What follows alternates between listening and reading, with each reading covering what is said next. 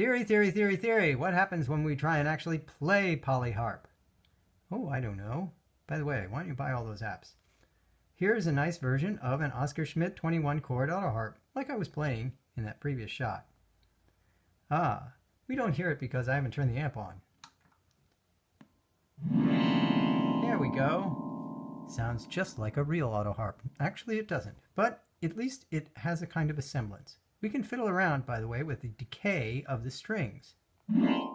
That makes it a lot less stringy. And in fact, if you push it all the way over, it doesn't decay at all. So if you want to set up some kind of drone, go for it. But in this case, we'll sort of set it on a medium amount. And the way it works by default is just tapping a button. We'll keep that button on. That's not the way a real autoharp works. You have to hold those buttons down on a real autoharp. So there's a switch here. If you flip that, now it acts like a real autoharp. And you have to push those buttons down, which is actually a good thing. It means that you can do a percussive hit in the middle of a chord, like.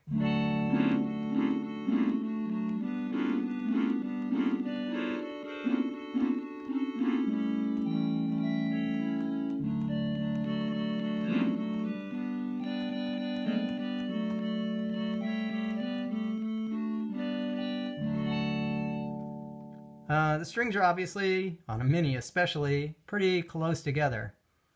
And they're closer than they are on a real autoharp, about 6 millimeters there, 1/4 inch for you people who are not in the real world. And that means you have to adjust your technique to be a little more dainty if you're going to be playing on a smaller space and you're used to actually playing. We have all the chords that one finds on a 21-chord autoharp in this patch. There's another feature here called the damping feature, which tells you how fast those damping, how hard that damp works. You'll hear it cut off really fast because I made it really, really hard. Or it's more realistic to have those damping features damp more slightly. And that also means that when you, that's how you damp everybody out, as opposed to that just cuts right off, or.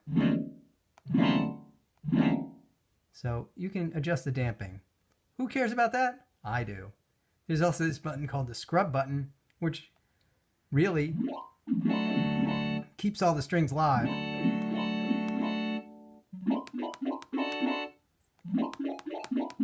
Even if they're damped out completely, you can still hear them just like on a real autoharp. So in many cases, this is acting like a real autoharp acts, so you can get the same effects that you get with a real autoharp. Probably want to turn that scrubbing off though, because it's pretty obnoxious. And it's not that bad, but you're not used to it. People don't think about it theoretically. They forget that all the strings are making noises all the time. They're making little squeaky harmonic noises, which I'm not simulating. I'm not simulating where the felt would be on the string and whether that makes a harmonic or not. And there's just a limit to the amount of simulation that I was willing to stick into this app. So anyway, you can play. You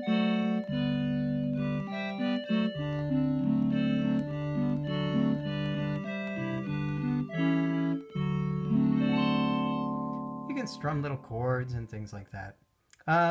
Just like you would with a real autoharp. You can play Christmas carols or make things up, like I was doing there. Let's see what other things this can do by looking at a few other examples of harp here. So for example, we have here the 1-5-6-4 bunch of things. Often, you only need these 4 chords to play songs that are popular.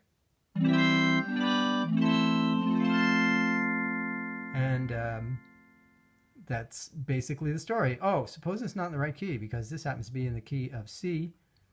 Well, you hit this button and you are now in the key of F. And now you hit it again, now you're in B flat. And you want to get back to C, you hit this twice.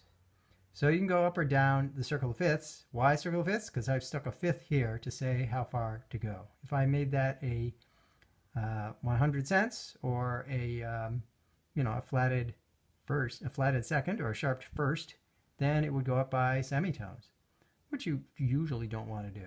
You usually want to go by fifths. So I left it like that. So you can go.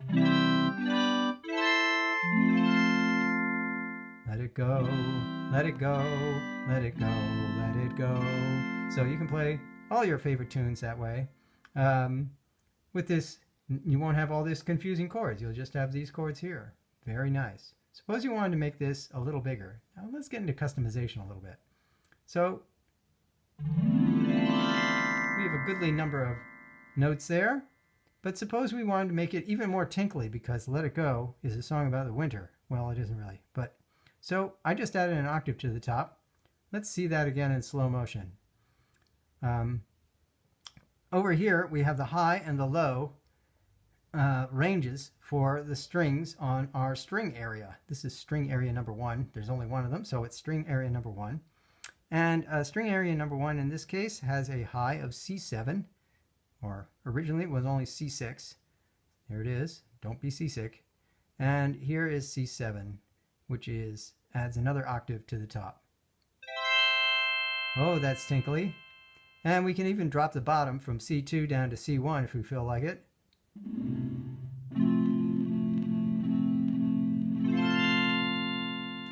So that's how you can add a few more strings to it.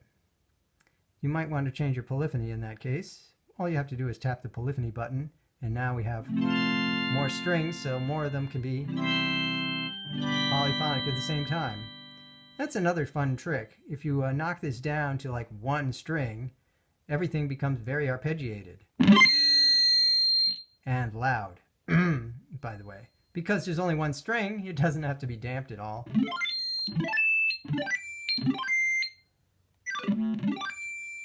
Usually you probably want about 4 if you want to get a kind of nice effect.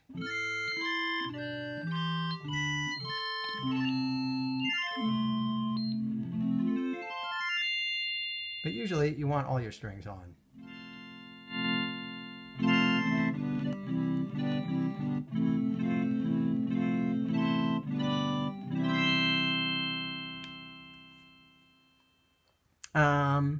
Let's take another fine look at these internals. You'll notice there's this thing called courses. What's that about? Well, in this case, it just says 100R. That means you have on every string that we call a string, there's just one oscillator attached to it, one string, and there's nothing funny going on with it. But suppose we said, let's have 2 oscillators on that string and have them separated by a random amount of about 7 cents. Now, our strings sound a little different. They have a little chorusing put on them.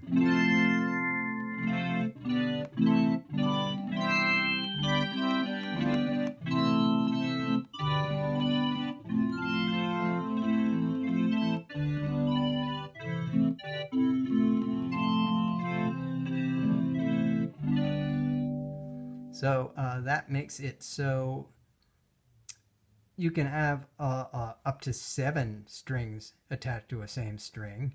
It's kind of overkill.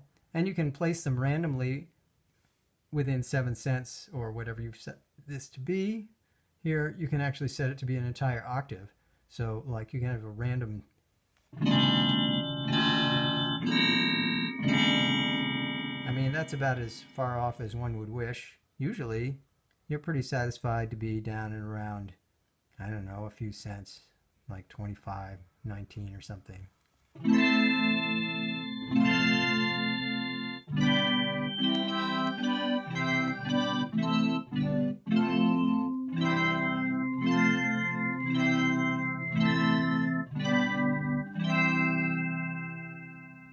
In fact, if you want to get the sound of an auto harp that's been sitting in the attic for a few years, you can just say one string and make it randomly detuned by up to 20 cents.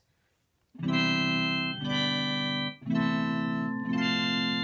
let's make it even worse. Yeah.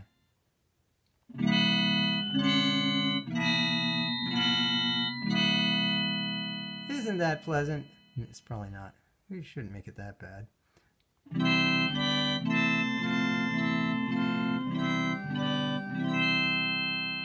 And that's kind of what that is about. It's an effect, but it's also something that's natural on a lot of stringed instruments.